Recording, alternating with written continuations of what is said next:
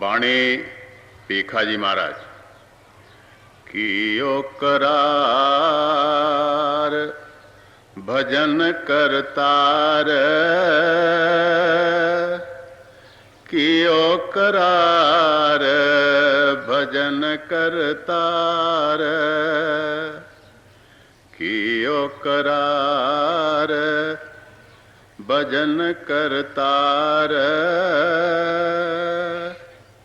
कियो करार भजन करतार। ये संत भीखाजी महाराज की रूह को बाढ़ने वाली वाणी है। वो इस शब्द में हमें यह बता रहे हैं कि जब हमारी आत्मा माँ के गर्भ में होती है तो उसकी क्या हालत होती है। जब आत्मा जिस्म धारण करती है और माँ के पेट में होती है तो उसे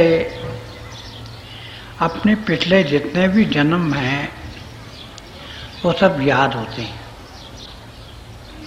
उसे याद होता है कि वो किस तरह से 84 लाख जिया जून में धक्के खा खा के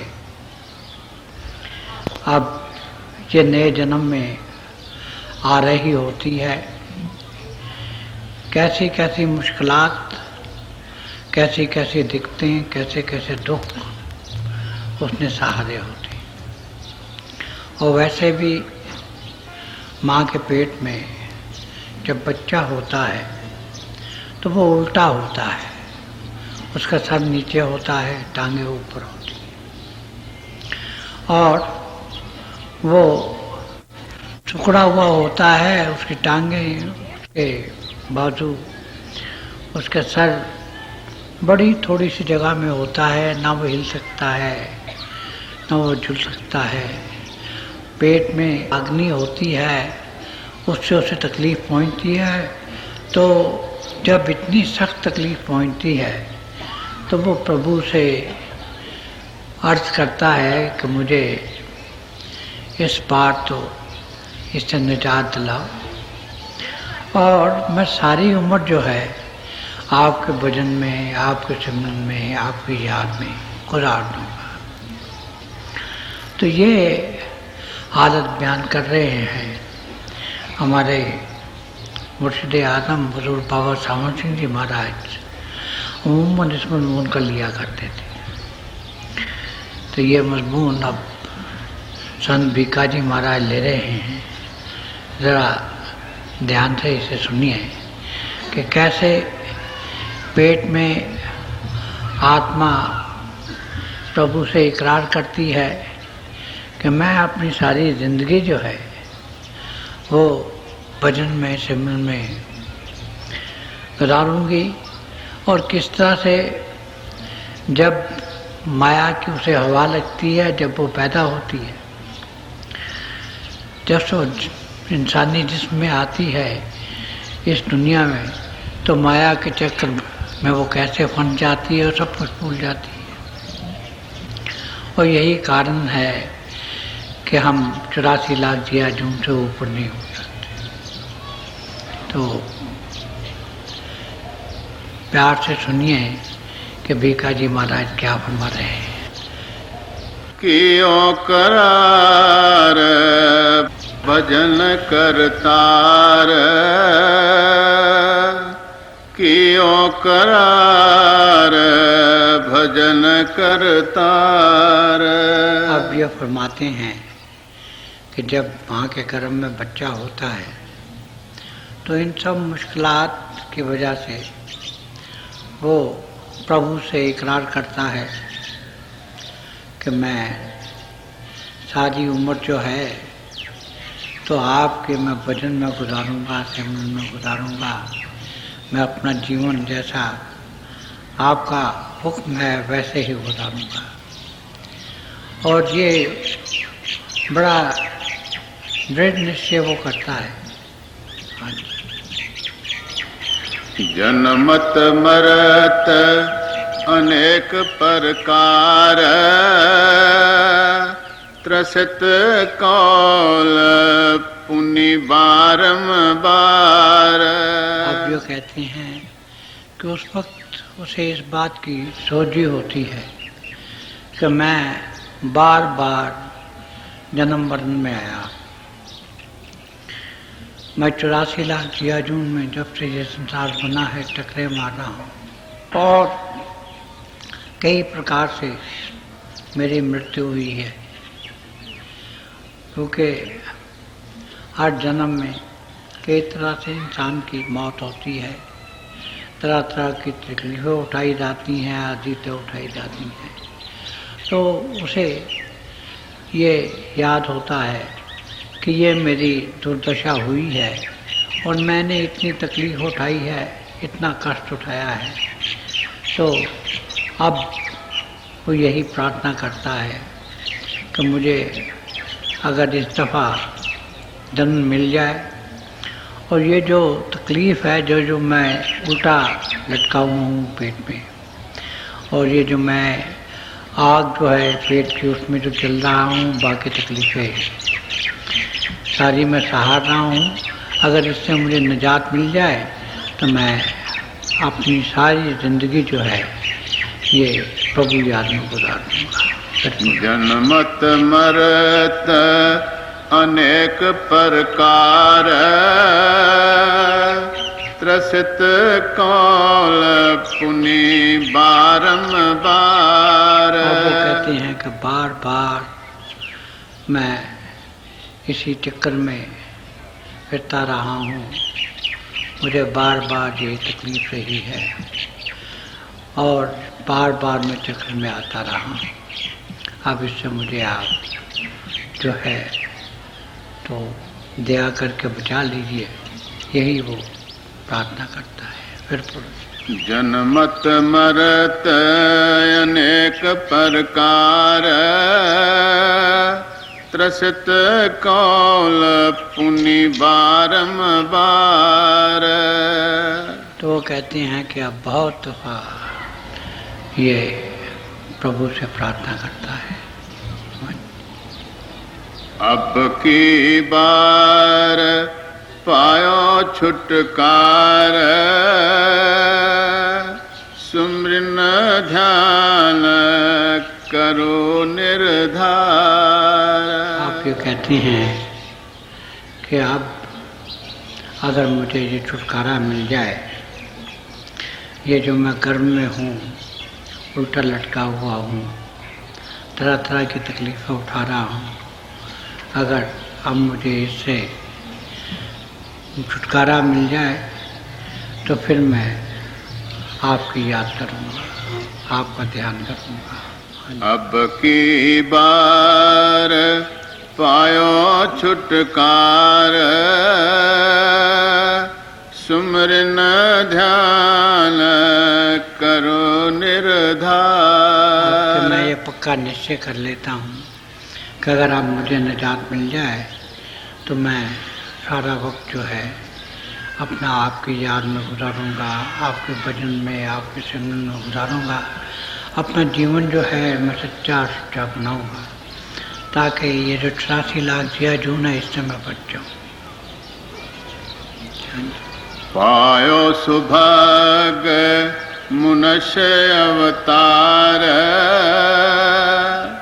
पवन लगे भ्रम भूलियो विचार। आप ये बताते हैं कि ये जो मुझे मनुष्य का जन्म मिला है, ये जो सुंदर जन्म मिला है, ये बड़े भागों से मिला है, क्योंकि 84 लाख जिया जून की जो सबसे चुनी है वो है मनुष्य जन्म। इसीलिए इसको अशरफुल मखलूकात कहते हैं, इसे क्राउन ऑफ क्रिएशन कहते हैं, इसे नरनारायण देह कहते हैं कि ये सबसे ऊंचा और सर्वश्रेष्ठ जन्म है क्योंकि ये मनुष्य चोला ही ऐसा है कि जिसमें हमारी आत्मा का और परमात्मा का मिलाप हो सकता है। तो ये कहते हैं कि ये बड़ी मेरी खुशकिस्मती है कि मुझे ये इंसानी चोला मुझे मिला है। बिल्कुल पायो सुभाग्य मनुष्य अवतार, पवन लगे भ्रम भूलियो विचार। और ये कहते हैं कि अजीब बात है कि जब माँ के गर्भ में आत्मा होती है तो वो इतने निश्चय करती है, इतने इकरार करती है, मगर जब इस संसार में बच्चा पैदा होता है और जब उसे माया की हवा लगती है, भ्रम की हवा लगती है, तो ये पिछला जो जन्म है, जितने ये कौल अकरार हैं, ये सब के सब बिल्कुल भूल जाता है। ये माया का इतना प्रबल असर है यहाँ कि देखिए कि पेट में तो हर तरह से एक तो अपने पिछले जन्मों को याद करता है, एक प्रभु से इतने कौल इकरार करता है, ये कहता है कि सारा जीवन में जो है आपके भजन में सिमरन में गुजारूंगा, मगर पैदा होते ही जब हवा लगती है ये दुनिया की, जब माया की उसे हवा लगती है तो जितने कौल अकरार है सब भूल जाते हैं, उसे पिछला जो जीवन है ये सारा भूल जाता है, अपने जितनी भी उसने निश्चय कर रखे हैं सब भूल जाते हैं और दुनिया के वो भ्रम में फंस जाता है। तो पायो सुभाग्य मनुष्य अवतार, पवन लगे ब्रह्म भूलियो विचार। सुतधारा धन धाम प्यार, नफा कहाँ ते मूल बिगाड़। अब वो कहते हैं कि यहाँ वो अपने बच्चों में, अपनी स्त्री में, अपने मकानों में, अपने धन दौलत में, अपनी जो है सारी अटैचमेंट उसकी हो जाती है। वो अपनी जितनी तवज्जो है वो इनकी तरफ दे देता है, प्रभु को भूल जाता है, क्योंकि यही हमारी सबसे बड़ी ज़िंदगी में भूल है कि हम प्रभु को भूल जाते हैं और इस संसार की जितनी ये चीज़ें हैं जो कि नाशवान हैं उनसे हम अपनी अटैचमेंट कर लेते हैं, मोह कर लेते हैं। अब ये बताते हैं कि उसका जो ध्यान है अपने बच्चों में हो जाता है, स्त्री में हो जाता है, अपने जो मकान है उनमें हो जाता है, धन दौलत में हो जाता है, दोस्तों में, रिश्तेदारों में हो जाता है। हम गर्व करते हैं हर वक्त अपने रिश्तेदारों पे, दोस्तों पे, अपनी जायदाद पे, अपने नाम पे, अपनी ताकत पे, मगर हम ये भूल जाते हैं कि इनमें से कोई भी हमारे साथ नहीं जाता। हमारे साथ अगर कोई चीज़ जाती है तो वो जाता है एक सतगुरु और एक नाम।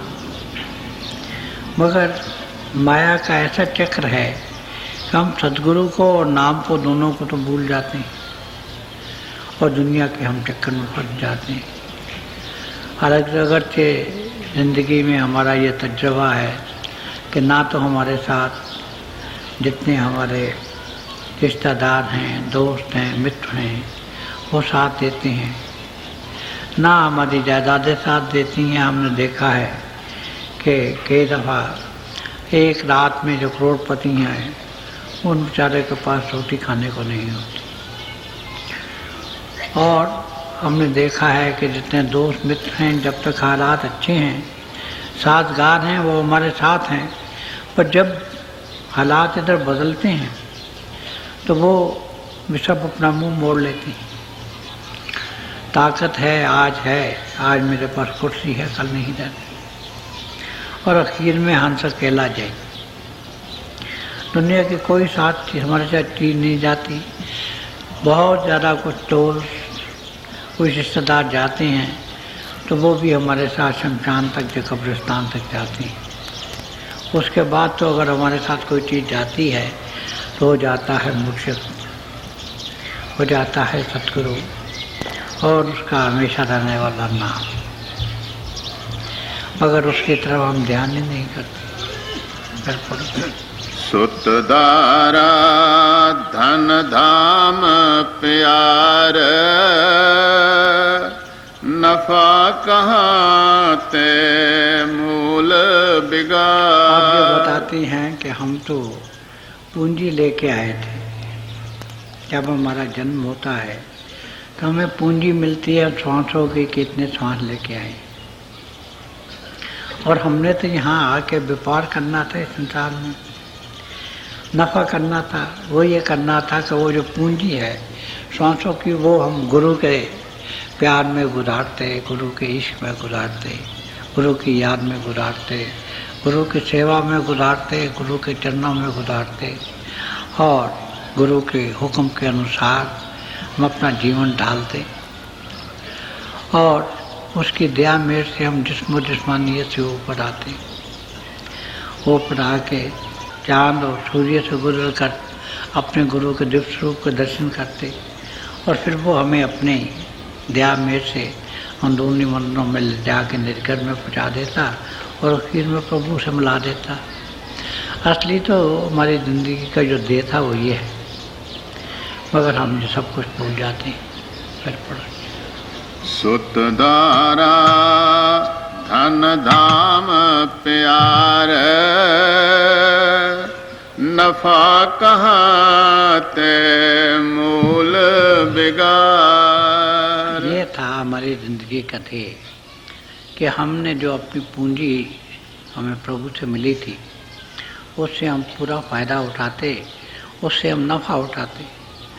मगर यहाँ नफ़ा उठाने का सवाल ही नहीं, हम तो जो पूंजी लाए थे वो भी गवा दी। क्यों? क्योंकि इतने बड़े बाग होती हैं तो इंसानी जीवन मिलता है।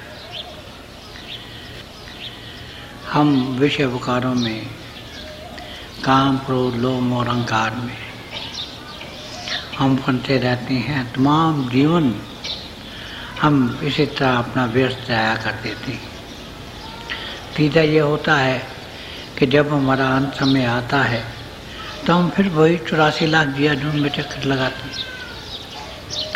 तो वो जो हम पूंजी लाए थे अपने साथ, उससे जिससे हमने यहाँ बिजनेस करना था और फ़ायदा उठाना था, वो हम फ़ायदा तो क्या उठाते, वो जो पूंजी थी वही हमने गवा दी। इंसानी जन्म भी गवा दिया और फिर 84 लाख जिया जून में चले गए। तो खुदा जाने कि कब वो क्या माजरा निकले। उसके बाद एक दफ़ा ये अगर सुनहरी मौका हाथ से निकल गया तो उसके बाद क्या मालूम कि कब फिर इंसानी जन्म मिले और कब ये सुनहरी मौका मिले कि हमारी आत्मा का और परमात्मा का मिलाप हो। हाँ जी। जब गुरु खोलहि बज्र कवाड़, भीखा सो पहुँचे दरबार। अब ये कहते हैं कि अगर हम ये चाहते हैं कि हम जो पूंजी लाए हैं उससे फ़ायदा उठाएं, असली मानों में उससे व्यापार करें और इस ज़िंदगी में हम नफ़ा पाएं, तो उसका एक ही तरीका है कि हम किसी महापुरुष के चरणों में पहुंच जाएं। और असल में हम खुद किसी महापुरुष के चरणों में पहुंच भी नहीं सकते, क्योंकि हम तो अंधे हैं, हम तो बहरे हैं। हम तो ये नहीं जान सकते कि हमारा गडरिया कौन है, हम तो खोई हुई बेड़ी। तो वो तो खुद हमें पहचानता है, हमें प्यार से, अपनी दया से, अपनी मेहर से हमें चरणों में बुला लेता है, चरणों में बुला के हमें नाम दाम दे देता है। महाराज जी यही फरमाया करते थे कि वी आर थ्राइस ब्लेस्ड, कि हम में 3 नेमतें जो हैं वो नाज़िल हो चुकी हैं। पहली ये कि प्रभु ने हमें इंसानी जन्म दिया है, दूसरी ये कि गुरु ने अपनी दया मेहर से हमें अपने चरणों में बुला लिया है, और तीसरी दे के उसने नामदान बख्श दिया। और अगर गुरु अपनी दया से, अपनी मेहर से, अपनी नज़र करम से हमें नामदान बख्श दे और नामदान बख्शे, हमें जीते जी मरने की जो विद्या है वो सिखा दे, हम जिस्म और जिस्मानियत से ऊपर आना शुरू हो जाए। क्योंकि अब हमारी हालत ये है कि जैसा गुरबाणी में आया है कि हम 9 द्वारों में बाहर निकाल दिए गए और 10वीं गली में हमारे एक वज्र कपाट लगा हुआ है, एक बड़ा मजबूत दरवाज़ा लगा हुआ है और उसकी कुंजी सिर्फ गुरु के पास। अब हम 9 द्वारों में ही सारी ज़िंदगी अपनी व्यतीत कर देते। ये कहते हैं कि अगर गुरु मेहरबान हो जाए, अगर वो अपनी नज़र करम करे और हमें 9 द्वारों से ऊपर ले आए, ये जो वज्र कपाट है, ये जो दरवाज़ा है मजबूत, इसको वो खोल दे तो तब हम 10वीं गली में आ सकते हैं, अपने गुरु के दिव्य स्वरूप के दर्शन कर सकते हैं और पहले हम अपने गुरु में लीन हो सकते हैं। ये जो मिस्टिसिज्म की पहली मंजिल है, बिना फिर शेख होने के उसे पा सकते हैं और फिर उसके बाद हम गुरु के दरबार में पहुँचे और वहाँ से फिर गुरु हमें अपनी दया से, अपनी मेहर से रूहानी मंडलों में से ऊपर से गुजारता हुआ हमें अपने निजगढ़ में पहुँचाता है और फिर निजगढ़ से भी बाहर और ऊपर ले जाकर हमें आखिर में प्रभु में मिला देता है। तो वो है हमारी आखिरी मंजिल।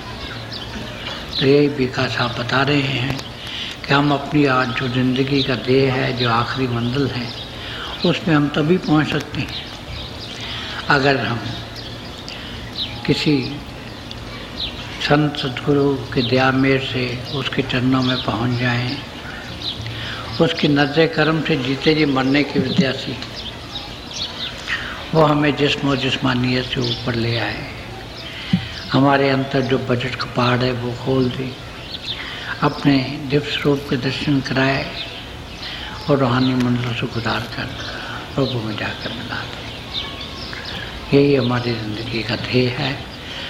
नहीं तो अगर हमने ये जो जीवन है ये गंवा दिया तो फिर 84 लाख दिया जू में फंस जाएंगे और क्या मालूम कब हमें ये सुनहरी मौका फिर मिले। हाँ जी। जब गुरु खोलहि वज्र किवाड़, देखा सो पहुँचे दरबार। तो ये हमें संत भीखा जी महाराज बता रहे हैं कि किस तरह से हम जब माँ के गर्भ में होते हैं तो प्रभु से इकरार करते हैं कि वो हमें जब अगर मनुष्य जन्म देगा तो हम सारी ज़िंदगी उसकी याद में गुजारेंगे। मगर ये माया का ऐसा चक्र है, माया नाम है फूल का।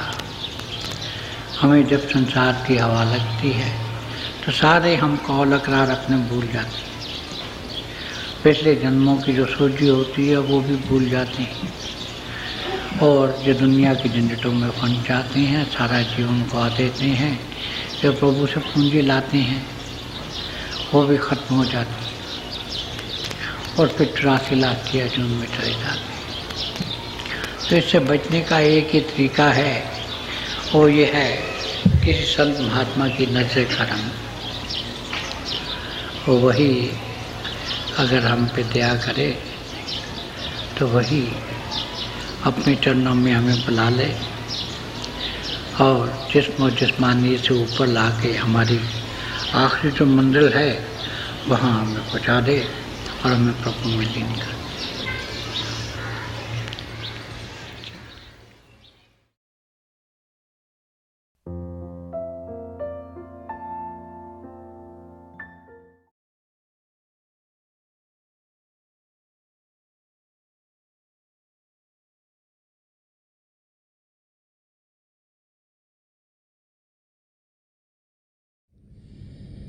प्यारे भाई और बहनों,